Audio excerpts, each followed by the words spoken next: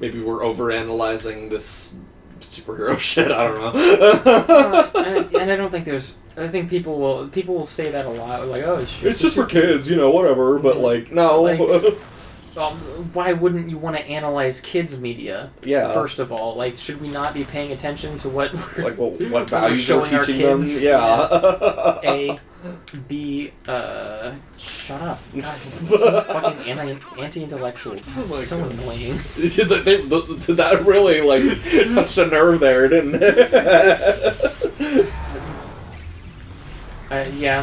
Like the very cheap.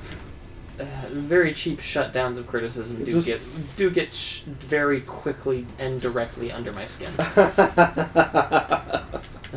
I don't know, actually engage with the argument if you like it so much, and also quit fucking making your entire identity about the things you like, and maybe you won't get so annoyed and you won't feel so personally attacked every time someone doesn't like it. Right? Yeah. It's literally a product. They would kill you if they thought it would make more money. They would slit your mother's throat in the street. Oh my God. They don't care about you. Yeah, corporations are not your friends. So I don't know why you're caring so much about the shit that they do. By the way, this video was sponsored by Loot Crate. Is that even a thing anymore? I was about to ask. Do you remember Loot Crate? Oh yeah. For a while, I feel like at first there was legitimately a lot of neat stuff, but at a certain point, I remember I was subscribed to it because it was the first thing to happen of that. It was very novel at the time. Yeah. I considered getting one, but I never got around to it. I swore off those blind box things because I realized they're just kind of a fucking scam. Yeah, it's because at a certain point, it's just a bunch of stupid bullshit that I don't use. Low quality T-shirts. Yeah, it's stuff that they couldn't sell otherwise, so they repackaged it into this marketable thing where it's oh, you might get something cool. Yeah, it's the same. It's the same thing every fucking tech company does, where they're it seems like such a good idea at first, and they put a lot of really, really good stuff in it at first, and then once they've got you in, then they get lazy, and it feels like it was an intentional bait and switch. Yeah, they were. Yeah, because I feel like I don't know. I haven't looked into this, so I can't say this is 100% true, but I do strongly feel like these. All of these, the Loot Crate stuff was a lot better when it first started. It's a lot more interesting stuff. Oh yeah, they probably put valuable. Some actual effort into it, Yeah. My experience, not with Loot Crate, I don't think I ever used Loot Crate, but at a convention, they were selling these boxes, and they're different themed boxes. So you could get a superhero one, you could get a Marvel or DC one. They had horror. I ended up getting two different ones. I got a horror one at one booth. A horror one. Horror. And there were some actually kind of cool things, but most of it was just stuff I probably wouldn't buy on my own. Oh yeah. And then I got another one from another booth somewhere. I don't remember what any of it was called, but it was a Batman one. And it was just filled with fucking garbage. It was just stuff I would never use or never buy. It's just oh, here's a Batman plushie that's 4 inches tall. It's not even of him. It's of the bat symbol or something. Yeah. Or here's this Batman necklace that's ugly as fuck. It's just I'm not gonna wear that. Yeah. It's just I would rather just buy the things that I want. Yeah, at a certain point, it doesn't feel like you're getting a deal on it. Yeah, and I think it was that point where I got 2 loot boxes in a row that were just full of dumb bullshit. Yeah, it's just just buy what you want. Buy the things you want if you go to a convention or something. Or just there's so much cool shit at conventions. Support artists. Exactly. Yeah. I'm inflicting propaganda on you. It was my first convention, so I learned the hard way. But Yeah, I think that's a common thing being early into stuff. It's a beginner's trap or something. Maybe I don't even know if it's that. I think I was just a fucking idiot. But I think also young people want to feel like they're a part of something, so it's easier to get them to buy into this kind of shit. Yeah, I think the 2 places I went to were just varying quality too, because the horror box was actually cool looking. It was this. It actually looked like the puzzle box from Hellraiser. That is cool. It is cool, right? But it was bigger. But like, and then the other one was just like this generic like Batman shit. That should have been my first clue that it was gonna be junk. It's like something you'd see at like Party City with like the blue background and him in like this. Yeah, if they don't put any effort into the initial presentation, there's not gonna be anything good in there. I guess. Yeah, I don't know what I was expecting really. So. Well, I think, you know, you gotta develop that wisdom at some point. Yeah. Doing something. Yeah, no, fully. And I had this thing with doing. I was doing HelloFresh for a while. Oh, is that where they send you food or something? Or? Yeah, yeah, and it's actually, I don't know, I liked it, but it's not a terrible service. I stopped doing it because they were having labor issues, not paying their workers enough. They were like paid, you know, dangerous conditions. People were getting hurt. So I stopped supporting them. But I was also, they also like, there was a point earlier where I tried to cancel, but you can't. You have to call customer support to cancel your subscription. Oh, that's... Or charge back with a credit card. Oh man, something similar happened to me because so that thing with the con, that was actually not my last like loot box thing. I actually tried a retro gaming one once where they send you random retro games, like you tell them what systems you have and all that. And then like I wanted to cancel and I had to like call them and stuff. It was like, fucking, why did I even bother with this? Yeah, just the ones. It's fully, like, yeah, whenever you have to put in that much effort to get rid of it, it fully kills my ability to recommend it to anyone. Yeah. Because, like, I don't know, how am I going to look them in the eye when they're done with it and they have to, like, it wants to keep extorting money out of them. Awful. It's bad. Just buy what you want. Don't bother with loot boxes. That's my advice. Yeah. Unless you just really don't give a fuck about what you get. It's true. I mean, unless you really got money to throw around. But even then, go on, like, I don't know, Etsy, Temu, anything. Yeah. You'll find stuff to throw money at, and it will be better. I promise. I promise. There aren't that many good mech movies, are there? There's Pacific Rim. Mm-hmm. What else? Pacific Rim. Real Steel was pretty good. That aren't animated, I mean. So is that a mech or is that just a robot? Like, I don't know. I consider it mech enough. like live action movies that are not like, anime. If we're being real Puritan about like giant robots that you pilot. The city is ours.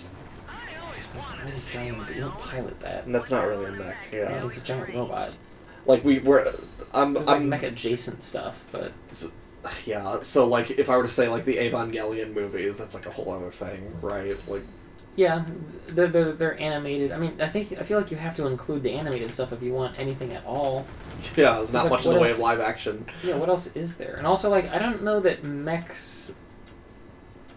Well, I can't say that mechs don't make for good movies, but they're kind of. I do feel like it's kind of hard to figure out how to make a good movie out of it.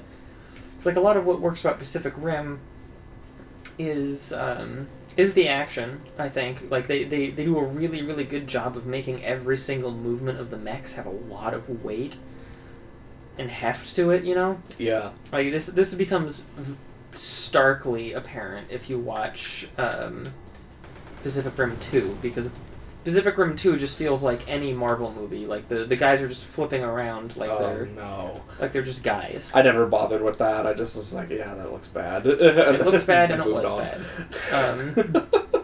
Yeah, they're flipping around, they're just like guys. So like the action just doesn't have any. You can't do that. It doesn't have any weight to it. It just doesn't feel good. You can't just do that, man. You can't just do that. No conception of quality.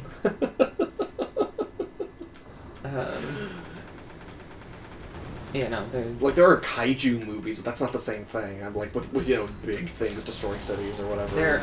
I do think there are some Godzilla movies where, like, there's a version of MechAgodzilla that they pilot. MechAgodzilla? Yeah, they make like a MechAgodzilla in one of them. Yeah, they do. And they pilot it. I don't know. The only Godzilla movie I'm gonna be honest, the only Godzilla movie I really liked was Shin Godzilla. Oh, I need to see that. Because it's a monster movie. It's a really good monster movie, and I don't necessarily. And I know that like there's a lot of people who are like, oh, you're missing so much of Godzilla if you don't. And I don't necessarily disagree. Like, I do like a lot of the themes of Godzilla, with like the it being like a representation of natural forces and all that. But Oh yeah. it's fucking boring. I like the 1998 Godzilla with Matthew Broderick. I reveal. Let me reveal how much of a fucking nerd I am. I was more of an Ultraman kid. We watched some of that, like, Yeah. a long time ago, didn't we? Yeah, we did. I showed you some of it. It's because it's fucking weird. It was It's fun. neat. Yeah. Yeah, I like it a lot. I'm trying to think of the other Godzilla movies I've seen. I've seen Godzilla 98. I've seen the original. The original's really good. Yeah, that's what interested me about Shin Godzilla, is that it had a lot of it allegedly had a lot to do with the original. Oh, cool. It was like that same thing thematically, you know? Oh, yeah. Because nowadays it's focused more on just, like, the action, and it's like, whoa, he's fighting monsters and shit. And it's also kind of more character focused. Like, there are characters that it follows and that it cares a lot about even between movies. Oh, yeah. Which is, yeah, and Shin Godzilla does not have that. They're distinctly not character focused. Yeah, it's a lot. From what I hear, it's like a lot of like people in like rooms trying to figure out, like boardrooms or military rooms, like trying to figure out what to do about Godzilla. Yeah, it feels like a disaster movie. Yeah, There just like trying to mitigate what's happening, you know. Yeah, there are like characters to it, and their personalities do matter, but I don't know. They're more about what their rules are. Right. I've seen the 2014 one, of course, which was like the reboot, the American reboot. Yeah, I saw that one. It was alright. Yeah, I don't have that. I don't really have any strong feelings about it. I've never been like super attached to that property or anything. Kaiju have never really been my thing personally, so I haven't seen a lot of them. What? Plebeian. What? What's wrong with that? You're allowed to not care for Batman. I'm allowed to No, you're not allowed. Kaiju. You're not allowed to disagree with me, but I'm allowed to disagree with you. That's how this works. Sure. And then I saw like the sequel to that, and then Kong vs. Godzilla. I'm just like, I think I'm done with this series. There's a new one out right now, and I'm just like, I don't need to see this. Yeah, that's fair. Yeah, King Kong. I don't know. I just don't have any attachment to any of that, so like I don't have strong opinions on it. King Kong or Godzilla? Either. Oh, so you agree with me, and you still have to look. Well, I like Kaiju as a concept, and you know I end up liking good Godzilla stuff, but. Right. Godzilla himself, I just don't have any nostalgic attachment to it. I mean, like, if it's good, I'll see it. Like, I like Pacific Rim, you know, so, like... Yeah, I'm gonna be honest, I was more into Pacific Rim for the mech stuff, but it had some quality kaiju in it. Oh, yeah. It was just a quality movie. That's awesome. I like Guillermo del Toro movies. Yeah. Did you see his, Pinocchio? Yeah, it was really good. I really liked it. Yeah, I really liked it. It was so weird, but I liked it. Yeah, it felt... there's like a certain grimness to fairy tales that I feel like gets lost heavily. In like the Disney stuff or whatever. Yeah. Yeah. You know, because like I feel like part of fairy tales is that like they're there to help kids grapple with a lot of the harsher realities of. Oh yeah, that whole thing was reality. about death, wasn't it? Just like accepting like mortality. There was stuff about accepting mortality. There was stuff about like fascism and authoritarianism. I love how it's the Pinocchio movie where Pinocchio sings a song about shit and then Mussolini has him executed. Exactly. Yeah, because he makes fun of Mussolini and then Mussolini's like, well, shoot him. I don't like this puppet. You know, he was voiced by Tom Kenny and Really? the Mussolini. Interesting. He was voiced by SpongeBob. Yeah, and I like that the movie itself was kind of making fun of him, but also like respected what makes fascists dangerous. Yeah. Like what's really wrong with him. Oh yeah. God damn it. I like anti-fascist Pinocchio. It was cool. It was very cool.